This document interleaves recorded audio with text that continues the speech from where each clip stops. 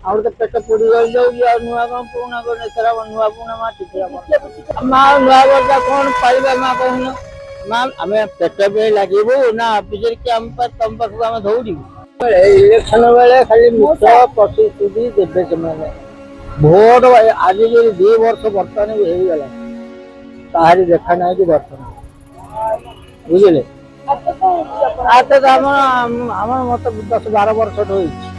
10-12 ବର୍ଷଠୁ ଆମେ ଘର ଦ୍ୱାର ଛାଡି ବାପା ମା ଛାଡି ଦୁଃଖ ବୋଲେ ଜନ୍ମର ତ ଦୁଃଖ ଏଇ ତ ଦୁଃଖ ଆଉ ଦୁଃଖ ବୋଲେ ତ କଣ ଦୁଃଖ ମାନେ ରୋଗ ବେମାର ଦୁଃଖ ଆଉ ଦୁଃଖ କଣ ମା ନୂଆ ବର୍ଷ କଣ ପାଇବା ମା କହୁନ କଣ ନୂଆ ବର୍ଷ ଆମର ନୂଆ କଣ ପୁରୁଣା କଣ ଆମର କଣ ଆମର ତ ପେଟ ପୋଡି ରହିଯାଉଛି ଆଉ ନୂଆ କଣ ପୁରୁଣା କଣ ଏଥର ନୂଆ ପୁରୁଣା ମା ଟିକେ କଣ କରିବୁ ଆମର ଉପାୟ କଣ ନା ଆମେ କିଛି କରିପାରିବୁ ଏଥିରେ ସରକାର କହୁଛି ତାହେଲେ ତମେ ଆଶ୍ରୟ ଆମେ ଆଶ୍ରୟ ଯିବୁ ଆମର ବର୍ତ୍ତମାନ ଖାଲି କୋଷ୍ଠ ରୋଗ ବୋଲିକରି ନାହିଁ ଆମର ଡାଇବେଟିସ୍ ବିପି ୟାର ବ୍ଲଡ ପ୍ରେସର ୟାର ପେଟର ବେମାର ଏ ସବୁ ବେମାର ମେଡିସିନ ଦବ ସିଏ କେତେ ଟଙ୍କା ଆପଣ ପାଉଛନ୍ତି ଭତ୍ତା? ଭତ୍ତା ତ ଦଉଛି ଆମକୁ 1000 ଟଙ୍କା 1200 ଟଙ୍କା ଭତ୍ତା ଦଉଛି ଆଉ ଭତ୍ତା କେତେ ଦଉଛି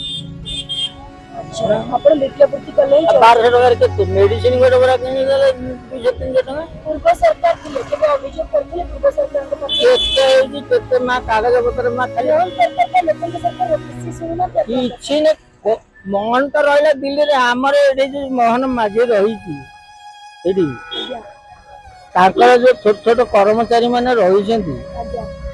ଯୋଉମାନଙ୍କୁ ଦାୟିତ୍ୱ ଦେଇଛନ୍ତି ସେମାନେ ଆପଣ ଧର ଯେମିତି ଆସିଲେ ଆମ ପାଖରେ ଭଲ ମନ୍ଦ କଣ ଗୋଟେ କୁହନ୍ତୁ ନ କୁହନ୍ତୁ ସେ କଥା ଆମେ କହୁଛୁ ସେ ଆସିକି 2 ବର୍ଷ ହେଲାଣି ପଚାରିଲେଣି କି ନାଇଁ ଆମ ସରକାର ତ ଆସିଲେ ତମେ ଭୋଟ ଦିଅ ବା ନ ଦିଅ ଯେକୌଣସି ଲୋକ ଦିଅନ୍ତୁ ହେଲେ ଆମ ସରକାର ଆସିଲେ ତମ ଆମ ସରକାର କିଛି କରିଛନ୍ତି ନା ନାଇଁ କରିନାହାନ୍ତି ଏପର୍ଯ୍ୟନ୍ତ କିଛି ପଦକ୍ଷେପ ନେଲେଣି କି ନେଇ ଆସିନାହାନ୍ତି ନେବେ କଣ ମା ଏଇଟା ଆମର ଇନ୍ଦିରା ଆବାସ ଯୋଜନାରେ ସେ କୋଉ କାଳରୁ ସେ ହେଇଥିଲା ଘର